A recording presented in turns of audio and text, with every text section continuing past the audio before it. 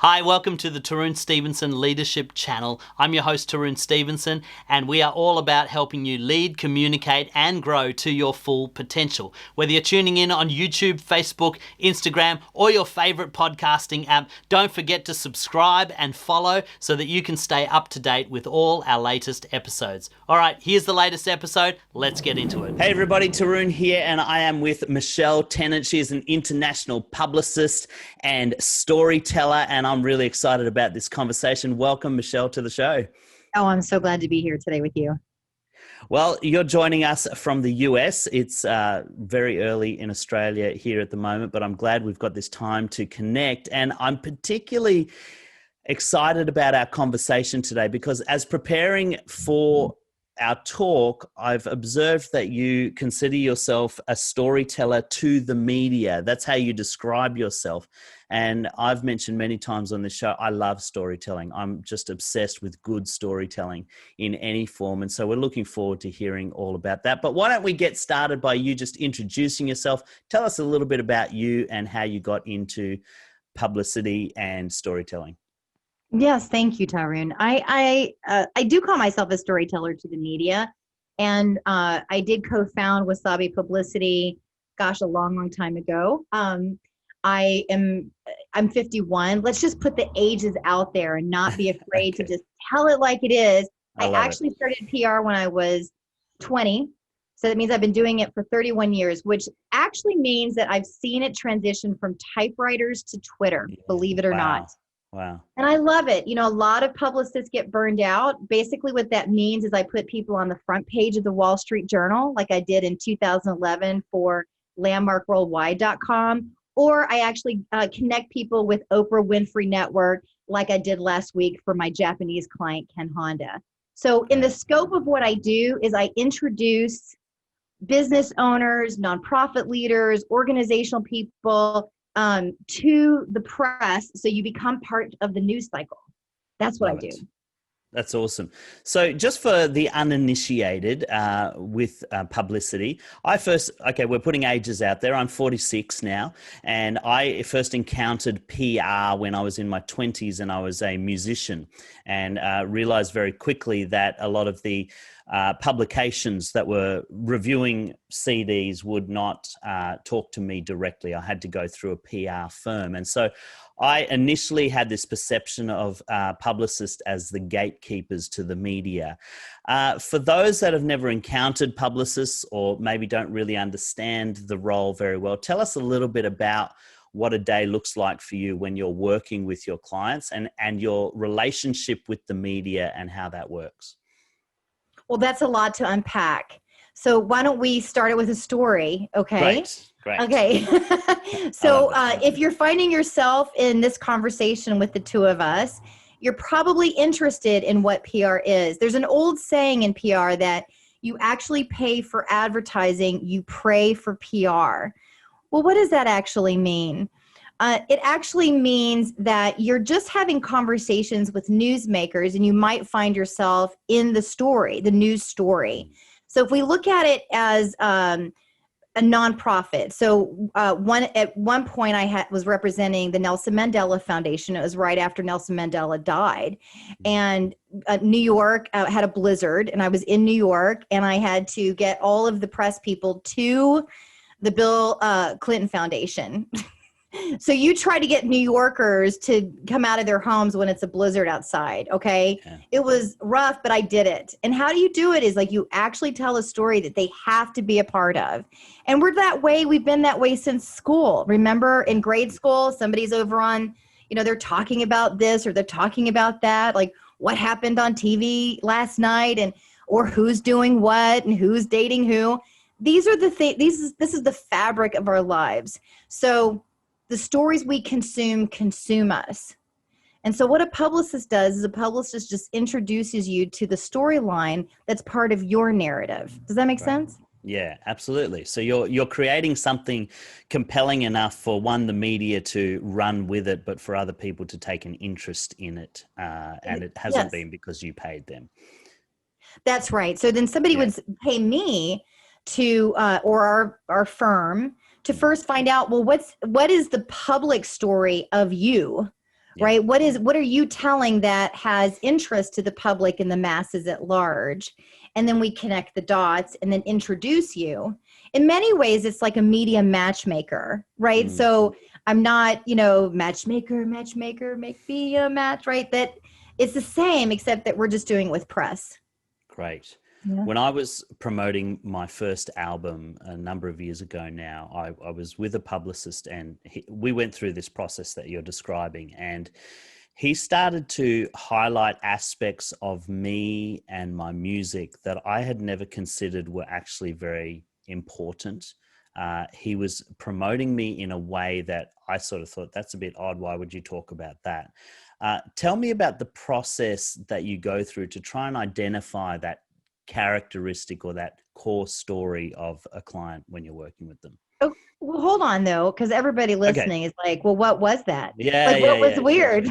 Sure. You can't tiptoe over that. What was it? No. Like I was, more interested in sort of the persona of the dark, thoughtful musician, introspective, because that's how I saw myself. He was more interested in my one or two songs that were happy, that were uplifting, and really wanted to sort of paint me as this person that was a hope giver, a storyteller of hope. And I wanted to be painted as somebody more dark and introspective. And so he really sort of pulled out something different from me than I perceived of myself, which was really interesting, I found. Oh, like the Pixies. Yeah. A little bit like that. If you want to make a comparison, I guess so. Yeah, they still hate "Here Comes My Man," right? And then the masses are like, "Yay!" Yeah. If we've just left out some listeners, the Pixies is a band from the past. Exactly. Really great band. So you should check them out. And so, like the punk era. Right. So if you think about music and think about macro conversations that we're having, right? So and they're usually in three areas: health, wealth, and love. Yeah. And that's all we really care about fundamentally is I'm going to listen to you if you can make me more money. I'm going to listen to you if you can make me feel more intimacy with my spouse or the experience I'm having with my children and the conversations that I'm having. Yeah. Or do you have some information that makes me feel healthier? So by and large, what we're looking for are those three things. Now, let's back it up to when PR started, because today, we have the internet and we're connecting, you and I are connecting across the world from each other. And so if we look back to what started PR, so Edward Bernays is considered the father of PR. Now, this guy, I studied in my master's development. I have a master's degree in human development. In addition to being a publicist, I'm a complete geek about personal development. Okay. And so, and who wouldn't be? Aren't you interested in how you develop, right? That's just the storyline too of the fabric of our lives, right? So Edward Bernays, back in the day, so it was like in the 1920s, they're saying, you know what, thank you so much for publicizing and getting the word out about our cigarettes. We have a problem. Women aren't smoking. Now, see, Edward Bernays was the nephew of Sigmund Freud. Okay. And now we all know about Sigmund Freud, right? So he's really like, what drives you as a person? What drives you as a person, right? Your emotional, is it your id, your ego, blah, blah, blah. So the nephew gets the book and he's looking at it and he's like, gosh, I wonder if I can actually use the internal motivation of people to sell something to them. So he grabs a bunch of suffragettes, puts them in the Macy's parade so they're smoking, so that people connect smoking with female independence. And what do we have today? When you smoke a cigarette as a young girl, if you're not a young girl or haven't ever been a young girl, let me tell you, smoking a cigarette makes you feel independent. Like there's some kind of weird power, right? And why is that? Because we're then conditioned through time that that's a symbol of choice and independence because some marketing professional put it there. Wow. So we don't often think about this, that it's crafted as a way to tie into your innermost desires so that then you act. And so what your publicist was doing around the music was trying to figure out a way to really address the masses' desire, appetite for the music, right? So in the Pixies example, and we love that song, but they themselves feel like it's a sellout of a song. That's what they've been quoted as saying. And it's okay. It's just the mass appeal of song. You know, like it's what the masses really want. And that's what we're talking about when, you know, you are like, no, I'm a serious artist. I'm like dark and, you know, emo and all of that. And you should really like feel the pain that I'm, you know, I'm expressing life's innermost struggles. And all you want to do is smile. See? So good. So good. See, I wish I knew this in my 20s, because I could never understand why I couldn't get picked up by a label and managers kept turning me down. You know, I would have conversations with managers and they would say things like, can you write a love song? And I'm like, a love song? Who wants to write a love song? I'm talking about, you know, the state of the world, and I'm talking about political issues. I'm talking about important stuff. And they're like, no, nobody cares about that. And when I understand this now because I run a business, and for so many people, I think, who are starting out, even in business, what they do is connected to their passion. What they do is connected to their heart. But I think grasping the idea that our heart or our passion may not connect with the masses in the way that we perceive. We've really got to understand what the majority out there wants if we really want to be able to scale what we do. Why is it? I'm curious. I don't know if you have an opinion on this. Why is it that we see love and, you know, you said health, wealth, and love as the main core drivers of humanity? Why we see that as the main bedrock of storytelling, when in actual fact, most people do live lives that are less than ideal. You know, most people are struggling in some way. They are finding it difficult to find love. And so it's almost like they're resonating with something that they wish they had, rather than being able to acknowledge reality. And you mentioned personal development. I mean, part of personal development is acknowledging reality before you grow. And what is this disconnect we have as human beings that causes us to focus on the thing that we want rather than focus on the thing we need to give attention to? Okay, so I'm now going to give an answer that is best discussed with a neurologist. Okay, good. But because I do a lot of different types of PR campaigns, I actually know the answer to this. Great, I love it. And okay, we as humans are really, you know, if we look at ourselves as cavemen and cavewomen, which we've progressed a little bit since then, but, you know, by and large, we're used to sitting by a tree, and we're looking to make ourselves safe, you know, either like with food and we have sustenance, or we're running away from the tiger. That's our genetic makeup. So we have a brain that likes to look for danger, because looking for danger makes us safe. Right. It's just that we're in a different society. Now, there's different dangers in our modern society than was when we were cavemen and cavewomen.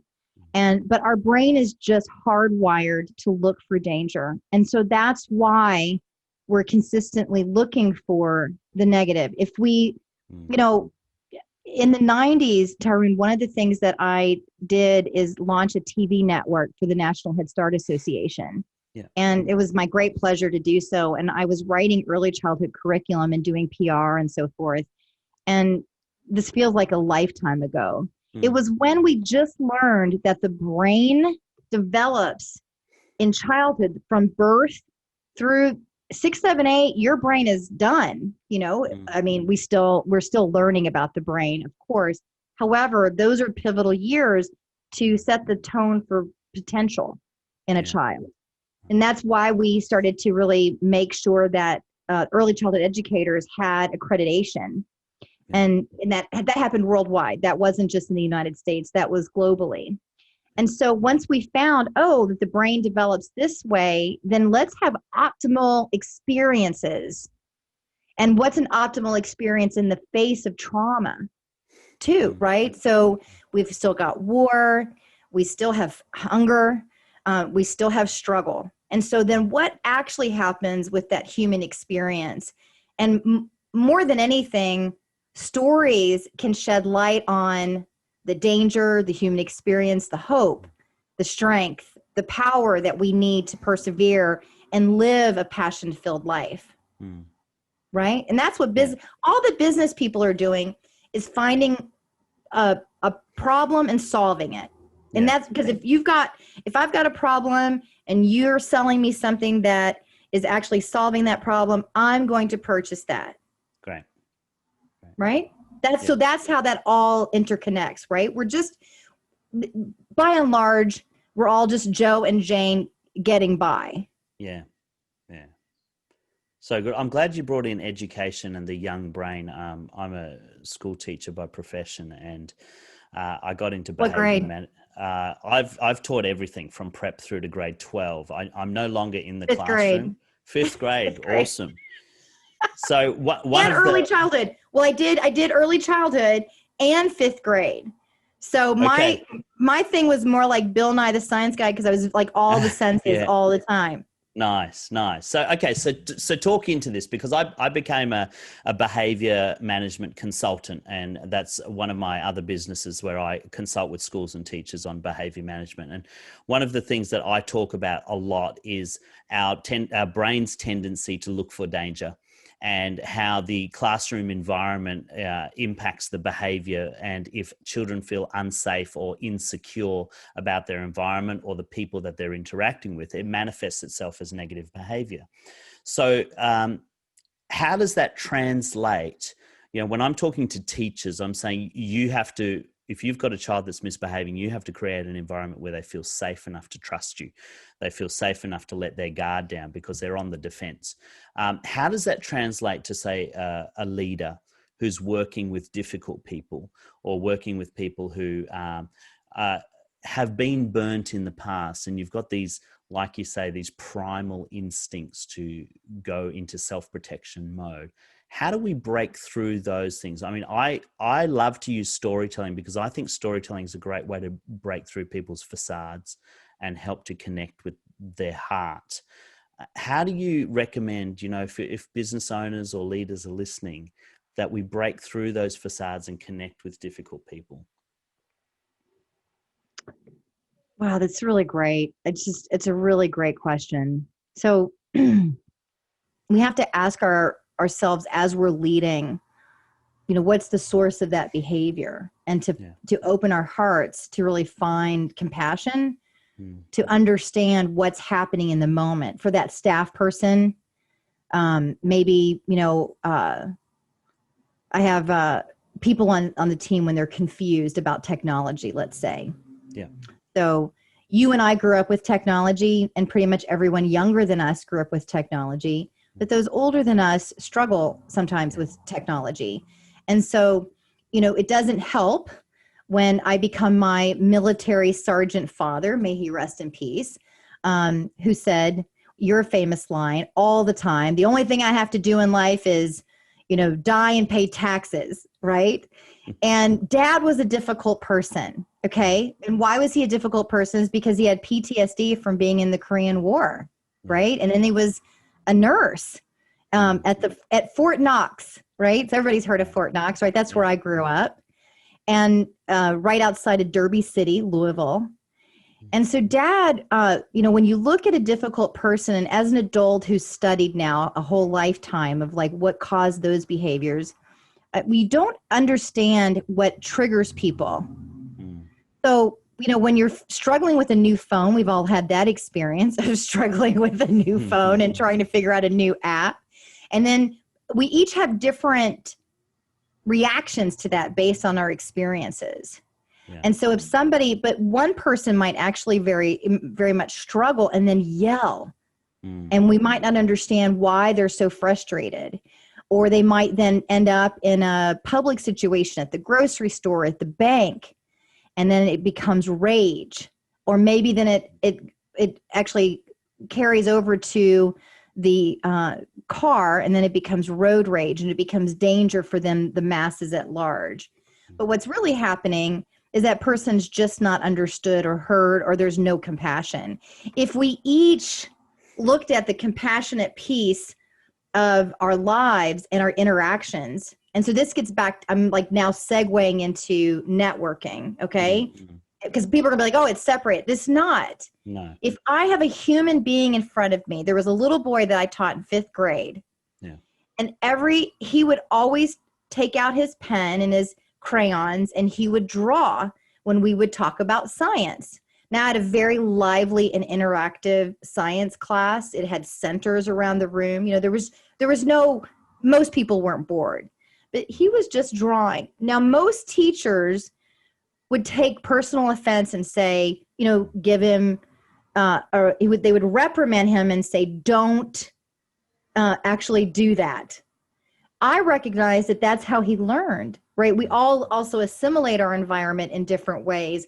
Do you like to hear? Do you like to feel it? You know, how are you actually, what type of learner are you? And that's all the way to adulthood. So I not only let him draw and color, I told everybody in the class to everybody pull out their crayons and let's color while we're talking about this science lesson. I think it was chemical reactions, right? And we're talking about chemical reactions. What if we did that as leaders? Yeah.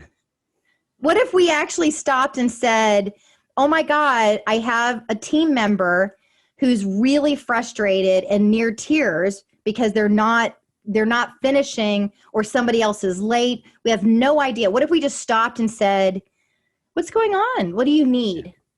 Good. You know? And that's all we're doing in PR, by the way. So with the networking piece of it, so with business leaders, you're networking, hey, we can help you solve these problems together.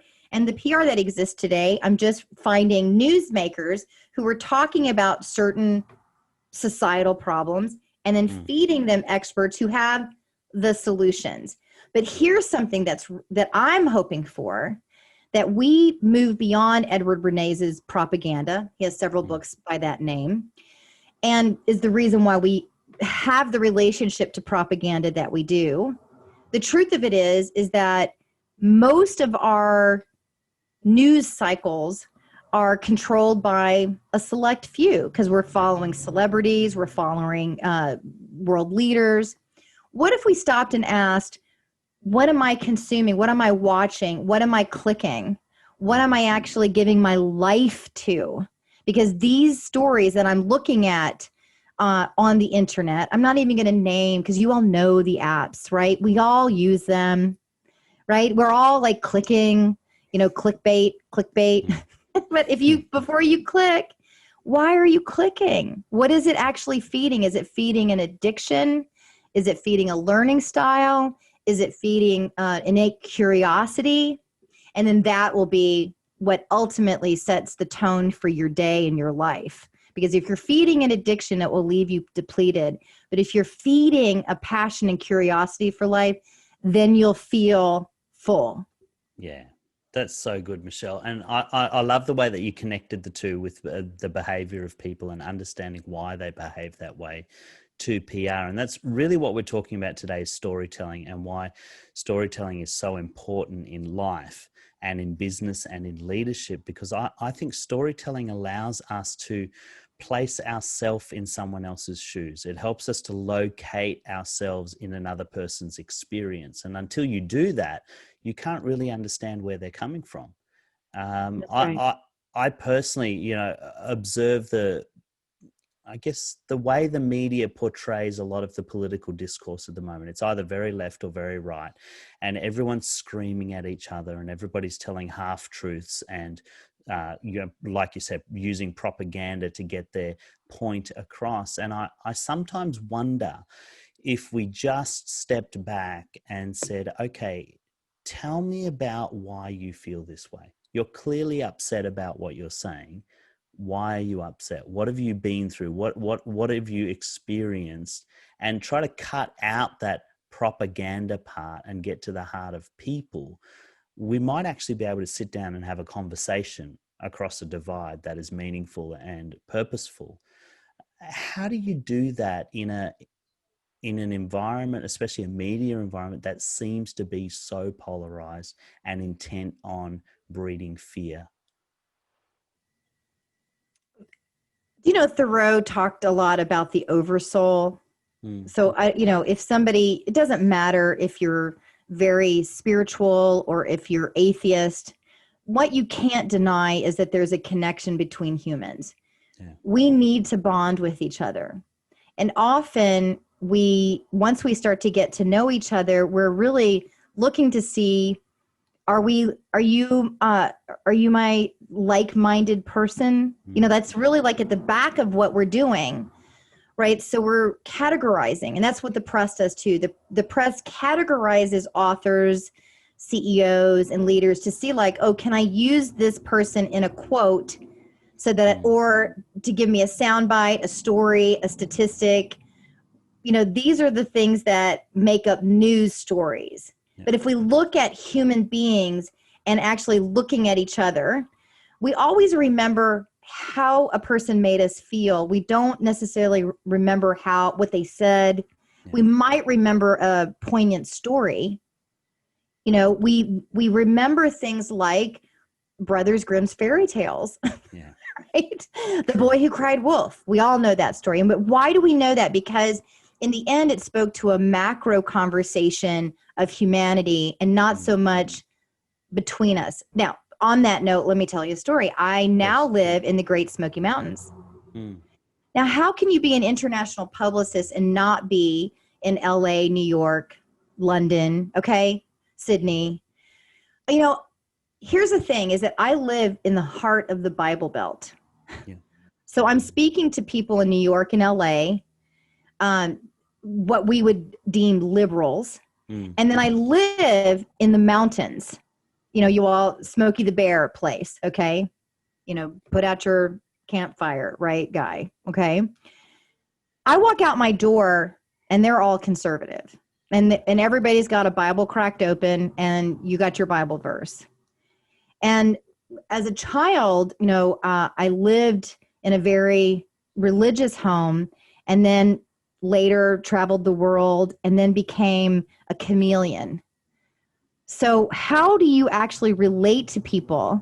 And instead of, like, I look to connect, I don't look to divide. And that's at the base of what we're talking about. And I was teaching spinning classes. Don't you love it?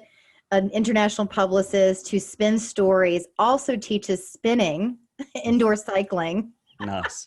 I was going to ask, not yarn spinning, but yeah, not yarn cycling, spinning, but okay. Indoor cycling. Good, yeah, good. Johnny G. Yeah, spinning. Right. Yeah. Now it's the new one is Peloton and so forth. Yeah. Right. Yes. Yes. High intense. Lots of music. By the way, sometimes dark, sometimes uplifting.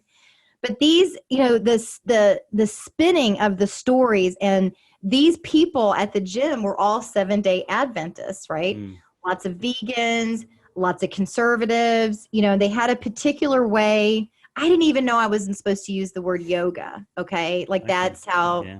Yeah, don't use the word yoga type of place. Okay. And I had years of, and I did that for 9 years before the pandemic. And then the thing that was so beautiful to me is that everybody just really stayed on the topic of health.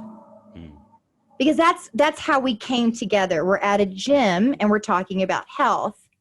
And I think that by and large, how you do that in business or in the press is that you seek to connect, and somebody who's seeking to divide is probably not your person, and you should not waste time. Yeah. Right? As a business individual, a leader, or you've got a nonprofit to serve, you're educating. These are the types of people who are they're in the business of serving. Yeah. You and I are public servants by and large. Yeah. So how do you then make a difference for somebody in the world, and that's where you and I get our juice. And that's so I look at like, okay, who's trying to make a difference or who's looking to divide, and I look for the difference makers and talk to them. Great. I love that. I love that. I want our listeners to just notice something that Michelle's doing here. She's talking about connecting over common interests. Now, right throughout this conversation, I don't know if anybody's noticed it, she keeps referencing music, because I mentioned at the beginning that I was a musician, but she doesn't just reference music, she references dark music, because I said I describe myself as a dark, introspective musician. She talked about the Pixies. She talked about dark music in her spin class. And this is really what we're getting at here, isn't it? The way that we cross those divides is find the point of common interest. It may not even be something you are necessarily into in a big way, but if it's something that you can connect with another human being over, that's where we actually get stuff done, and we change communities and we change relationships through points of connection. Thank you, Michelle, because I see what you're doing and I appreciate it. Oh yeah, you got me. And I don't, it's so funny because it's like so automatic for me. I've been doing, it's the water I swim in for so long. Yeah. Thanks for actually making me conscious of it. No, it's great. And I love. Oh my God, I should do a whole process, and then I should write a book about it, and then I should certify people in it, and then I should do a funnel about it. Come on. And then a podcast about it. There you go. That's awesome. That's awesome. So we've talked about storytelling. We've talked about networking, but I'd love you to talk about what you do in the education space as well, because you've got something called Education TV. Tell us a little bit about that, because again, you're really using storytelling to connect people. And what are you doing in that space? Okay, well, that goes back to the early childhood stuff of so what we did at the time, okay, and then I'll actually bring it.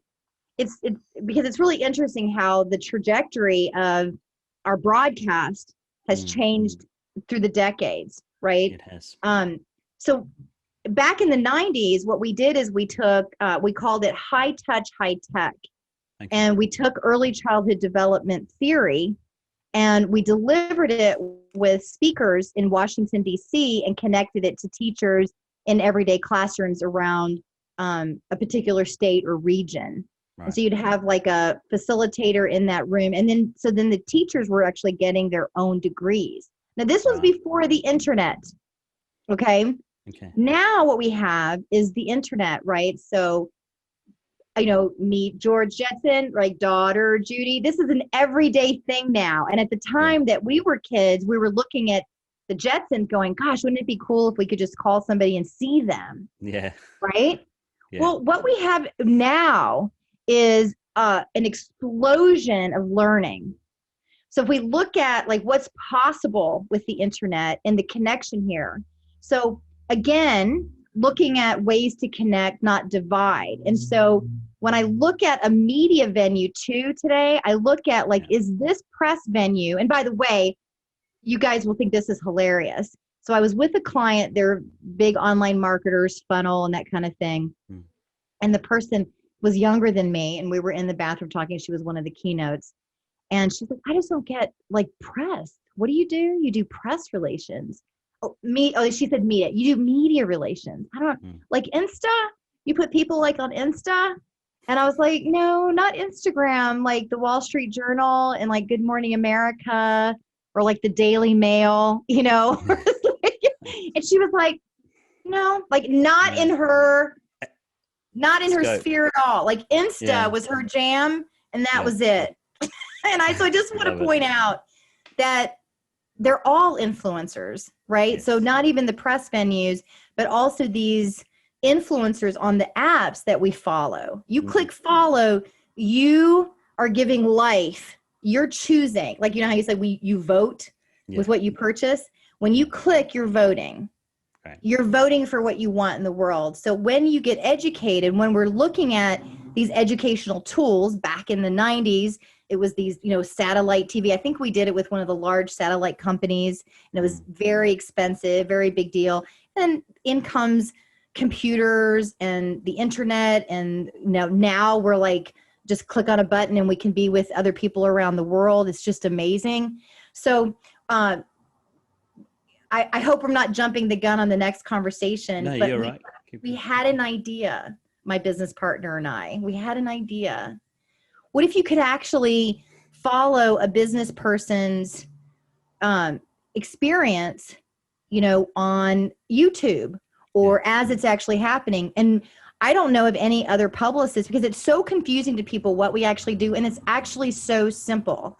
At its core, so here's a magazine, right? Everybody's seen, magazines. We might not have them in the future, right? But right now there's still magazines. And then you go to that page where it's got the content and where to connect, right? They're going to have the content page, this page where it has like where to connect with the offices. And we call them, or we email them, or we connect with them on the internet. That's what we do. Or so it's to me, it's very simple, but other people are like, oh my God, we make it crazy, but the thing that we did is we said, I'm going to teach this to people. And especially, in I think it's important in the pandemic as businesses are completely pivoting, who knows what the future will hold. So it's very important to make yourself really applicable to what's happening on the internet and the growth patterns that we're seeing here. Okay. So we've actually given away our books. Okay. So we have a workbook that tells people how to do it. All that knowledge makes no difference. Right. But then we actually let them see what we're doing behind the scenes. So we found an author who, his book is called Good Cop, Black Cop, Guilty Until Proven Innocent. Just amazing story, right? You can just see by the title what it's about. So he's in Ohio. He gets hired. He's a all-star high school athlete, gets hired, and because of racism, gets fired and then vilified in his hometown. And so he tells that story, and then he teaches at the end of that book what people can do to have police forces be more inclusive. Right. So if we look at education and what's possible, it is the storytelling through connecting. This is a tool. Technology is our tool to connect and then educate each other. So what was, back in the day, we had to do the high tech, high touch. Now it's really in your own office or your own living room or your own kitchen. But to be conscious of when you click that button, whatever button that is, you're voting to have more of that. So good. Really, if I'm hearing you correctly, you're really saying that PR and storytelling in general is about finding a way to open yourself to stories that you may not necessarily be exposed to any other way. Like when you talk about voting, I get frustrated with, say, some of the social media sites because they curate your feeds and you have to kind of train the algorithm to give you what you want. But then what ends up happening is all you get is stuff that you like. And we stop hearing the stories that we don't like, and we stop hearing the stories that have a different viewpoint to us. And really it's about finding ways to expose ourselves to other people's story, other people's viewpoint. That book you referenced that you're doing PR for now, I think if people just sat down and talked to people who had the experience in the police force, knew what it was about, they might have a different perspective on all the angst that surrounds it. How do we do that at a smaller level in business or in not-for-profit? I also work in a church, and so we're having these daily interactions with people, and it can be very easy to surround yourself with people that you get along with or that you resonate with. How do you have conversations with people who are not as easy to resonate with? They come from a different viewpoint, and you've got to be able to listen before you have an opinion. Well, I'm now gonna tell another story that I didn't tell you about. Yeah, go for it. Yeah, I love the stories. Keep them coming. Right now it's a break, but 4 months ago. So for 4 months this year, I had to fight an asphalt plant trying to move in 1,100 feet from my farm, which is more like a homestead. I have bee hives. I'm a beekeeper. I have 50 chickens, so I'm an outdoorsy girl. I like even though I'm speaking to LA and New York, I get my rest and I renew my creativity by going out into my backyard in the forests, right? Go mountain biking, go whitewater kayaking, stand-up paddleboarding, whatever it is, right? Meanwhile, there's an asphalt plant that's trying to move in across the street. It's not zoned for that. It's not zoned manufacturing. So I thought, gosh, they're trying to move in across the street from an international publicist. So I just read in the paper today, by the way, that we were the mother of all NIMBY campaigns. That's what we've been called locally, the mother of all NIMBY campaigns. NIMBY meaning not in my backyard. Right. Now, the asphalt plant got tired of us and withdrew his application after investing $85,000 in the fight. Yeah, I mean, that's a lot of money. He's probably going to come back in a few months, okay? But how did we do that? Because I live in, like I told you, I live in an area that's very, like you've got, the hippies in Asheville on one side, and then you've got the churchgoers. By the way, I used to do the puppet Bible school when I was little. Puppets. That's awesome. Yeah, you would have been like the little kids would have come to see me, and I would have been doing like little puppets, Father Abraham had many sons. Yeah, so like that whole right, like I'm telling you, you got to be a chameleon. But how do we do that? You unite over one cause. Yeah. Right. So even though we had independents, conservatives, liberals, what have you, young, old, the whole everything with diversity of everything was incredible. We had 11,000 rural people united. Wow. Yeah. And because they could unite around, we don't want that, the asphalt plant, fine, but in a place that's zoned for that in a manufacturing area, but not in a residential area that then needed to be rezoned. So what unites people, right? So oftentimes what you'll see in that public rhetoric is the division. Yeah. And you know what? I've got an easy thing that people can do. This is what I teach my clients. You ask the question and you really watch your voice. You never make anybody wrong, including like with us, it was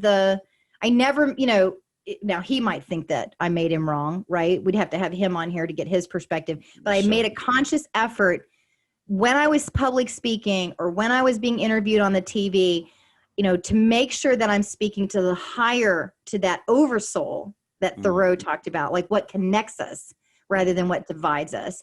And I really am careful to not make people wrong. So, we have all kinds of clients, and some are going to vote for that president, some are going to vote for the other president. And in my internal team, we also have different views, and I have my own view. It doesn't even really matter. What matters is that we have discourse to find at that common ground. And then that's what makes us a civilized society. Otherwise, let's just go back to being cavemen and cavewomen and, hiding behind that tree. That's not the society that any of us want. So right? When does it, in this particular story, where do you move from, say, trying to build a bridge to saying, okay, this is the boundary, I'm not going to yield anymore? I think some people perceive bridge building as, well, you can never say no to me. You can never say that's not okay. You have to just put up with whatever I do because you're meant to be building the bridge. But there's obviously a line that you have to be able to draw in the sand. And although you've united people around your cause, you're also standing against somebody else's advance.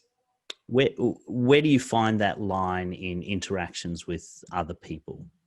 Having boundaries while still maintaining relationship and connection. Well, I think it goes back to what we were saying before about looking for the bridge builders. So let's imagine that we're I like to have clients always pretend you're at a cocktail party. Hard to do when we're just on Zoom all the time, but pretend we're at a cocktail party right now. You and I, we're at a cocktail party, right? So who are you going to speak to in the room? Now, if you're my husband, you're going to be in a corner because he was voted most shy in high school and he hates those environments, right? So he'll like be over in a corner, just kind of yapping it up with someone, which by the way, at a, not recent, but it was like last year we were at a party and I was like looking at him and I was like, oh, good. He's making a friend over there. He's making a friend. And I was so excited that I didn't have to come rescue him at this boring party because we're all like, he's talking on it. Finally, I went over there and a guy had a conversation with him about raw food. And he said his breath smelled so bad. And my husband was like, can we go? I was like the whole time thinking that he was fine. And he's over there like getting like, he's like, my passion is raw food. And my husband's like, oh my God, talk about motorcycles or mountain biking or something, but God, not raw food. Right. So not his people. But what my husband did was he stood there. Right. He didn't take care of himself in the moment. He should have said, excuse me, I'm going to go get a drink and take off. Right. Yeah. But the point is, it's kind of a funny story. And by the way, the raw food guy, he's fine. We're friends. He does have bad breath. It's fine, but that's just part of it. Right. He probably doesn't watch this podcast. So it's fine. Look, you need to be a truth sayer. And if your friend has bad breath, then you should do them a favor and tell them. Okay. Sure. That's how we roll. But the thing is that you're going to look for bridge builders in that room. And you're going to look for people who are out to do what you're doing. And you don't have to fight against so in this particular case, I was actually, when I entered the fight, quote unquote, the fight, I was actually in public interviews saying, let's have a discourse. All I'm really for is that we speak about this as a county and then come to common ground. And it came very quickly that there was no conversation to be had.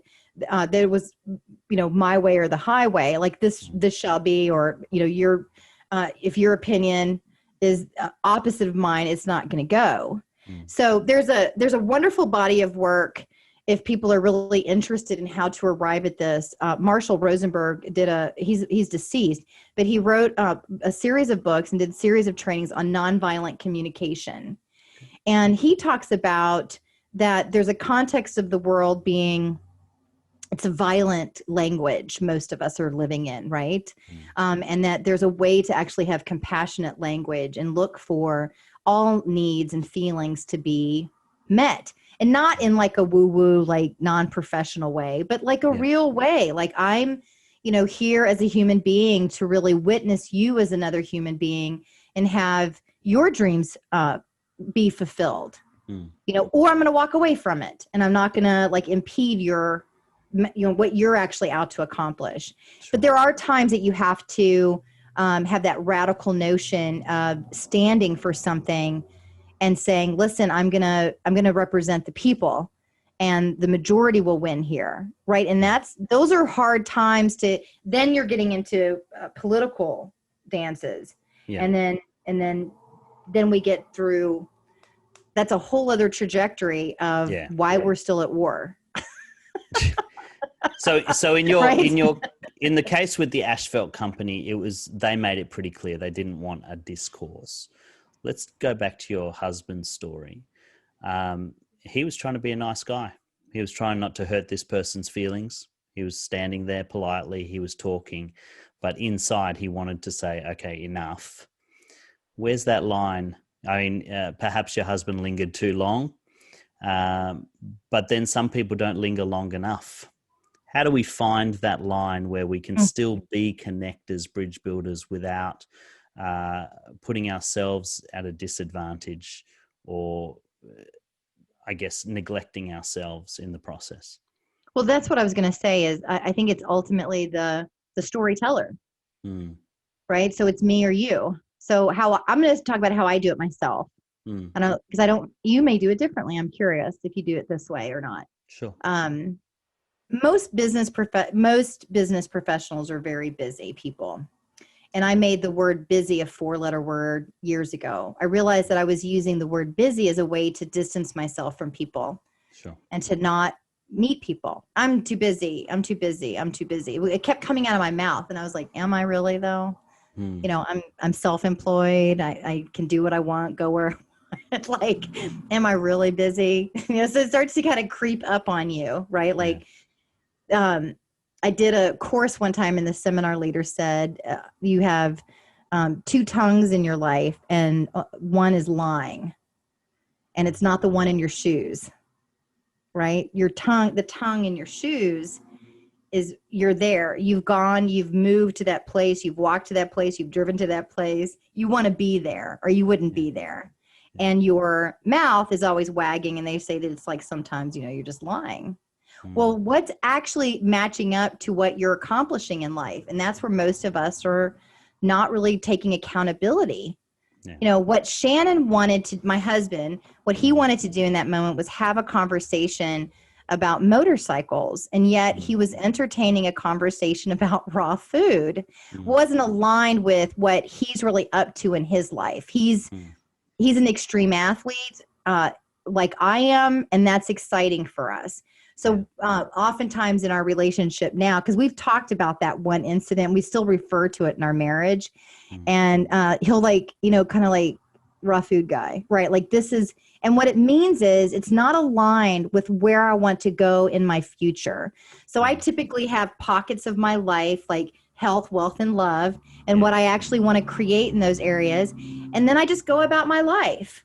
And I just kind of, it's like an adventure, like, well, who's going to call me today? Or who am I going to call? Or who am I going to meet? And is it going to line up with what I'm up to in the world?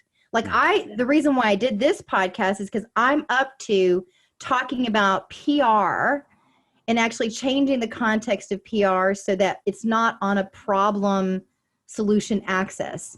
That maybe we as marketers and business professionals and nonprofit leaders and community leaders and educators, that we can elevate the conversation beyond clickbait. Yeah.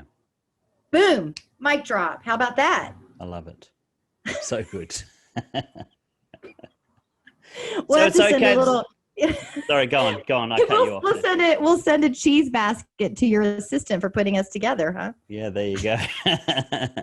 No, I'm loving this conversation. I have to watch the time because you've been very gracious in giving up. Oh, I have the gift of gab. I will go forever. No, and I would be happy to keep talking to you because I think we both have a connection here. But I think just in regard to your last point, you know, what you're really saying is you're always looking to connect with people, but it's okay to recognize that some people don't fit with the story that or the direction that you're heading. It's okay to say, you know what, I don't hate you, but we're just not heading in the same direction, and we can be okay. Yeah, and if we look at spinning a story as a negative context, but let's just say like spinning yarn, you know, you're just basically telling a story, right? Yeah, if they're not part of the story that you're building, skip it. Move on in the playground. There's plenty of people on the playground. Don't worry about them. That's right. And we, a lot of the time, like you said, we lie. We lie because we're scared to hurt people's feelings. We're scared to tell the truth. And we put up with stuff that we don't need to put up with for the sake of not revealing our true self. So that's a great insight there, Michelle. Thank you. Can I tell you what the producers do to get rid of you? Come on, tell me. Okay. So I call press all the time, right? For 31 years. And I've got 45 seconds to make an impression. So they'll give me 45 seconds. And then when they're done, they'll say, oh, I got a meeting starting. Bye. And they literally hang up. Wow. And that they don't feel bad about it. No. Why don't we do that in our lives? Oh, gotta go. Ciao. Love ya. Yeah. It's good. It's good. It's good. So if people want to get in touch with you, Michelle, you've got a blog. It's called thestorytellertothemedia.com. Yes. And is that the best place for people to reach out to you? It is. That'll have all the links. You know, we've got free programs, paid programs, a blog, and then YouTube links and whatnot. But the blog will be the place where you can kind of just get the world of it and then choose for yourself. Okay. Great. So I'm going to put that link in the description. And of course, if you want to have a look at the pulling back of the curtain on PR, it's called Real PR, Real Time, where Michelle shows you exactly what goes into a PR campaign. Yes. I'm And going to I go also and want check to tell that out people for sure. Yeah, go for it. And if people like really feel like PR, they're still confused, they want to check it out for themselves, we will give a complimentary PR session. They can sign up for that at the website as well. So just go to storytellertothemedia.com. You'll get all the links, and then over on the right-hand side, you can sign up for that if that calls to you. Around the world, we are international. My business partner's in Hungary, actually. Ah, there you go. Wow. Yes. That's awesome. That's really good. Michelle, if people want to get in touch with you personally, is LinkedIn any social media that they can go to? Are you on any particular platform? All of it? All of it. On Facebook, it's Storyteller to the Media. On Twitter, it's at Michelle Tennant. On LinkedIn, it's Michelle Tennant. So just you Google. I hate using or you can use Bing, or you can use Yahoo and put in Michelle Tennant, and you will find me. Yes. Very good. Stomping it. And seeing we're talking about truth telling, let's be honest, nobody uses those other. Yeah, not that other cute little 20-year-old Michelle Tennant. Don't click on her. Okay. Oh, okay. Fair enough. It's not your older self. No, it's right now. All of a sudden, there's like, how do all these young Michelle Tennants all of a sudden pop up on the internet? And I'm like, I've got to put out some more content to make sure that I stay number one, Google page number one.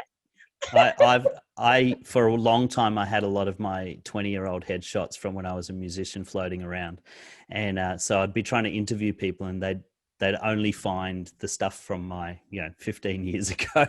Oh, like, sweet. No, that's not me. I promise. Oh, it's like a date that's gone bad. You show up and you've got your old, and they're like, "Wait, you don't look like your picture." Yeah, that's right. That's right.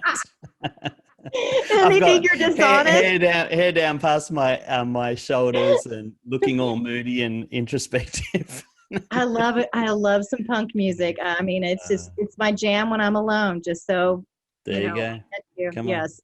Awesome. Michelle, it's been a pleasure talking to you. I've really enjoyed this conversation. Thank you so much for coming on. And maybe we can do it again sometime, because I think there's more to be said. Thank you. Hey, thanks so much for tuning in. I hope you got a ton of value out of that episode. Don't forget to let us know what you thought in the comments. And if you have a topic you'd like us to cover next time, we'd love to hear from you. If you know anyone that would benefit from the content that we produce, please like and share this channel. And we look forward to having you next time on the Tarun Stevenson Leadership Channel.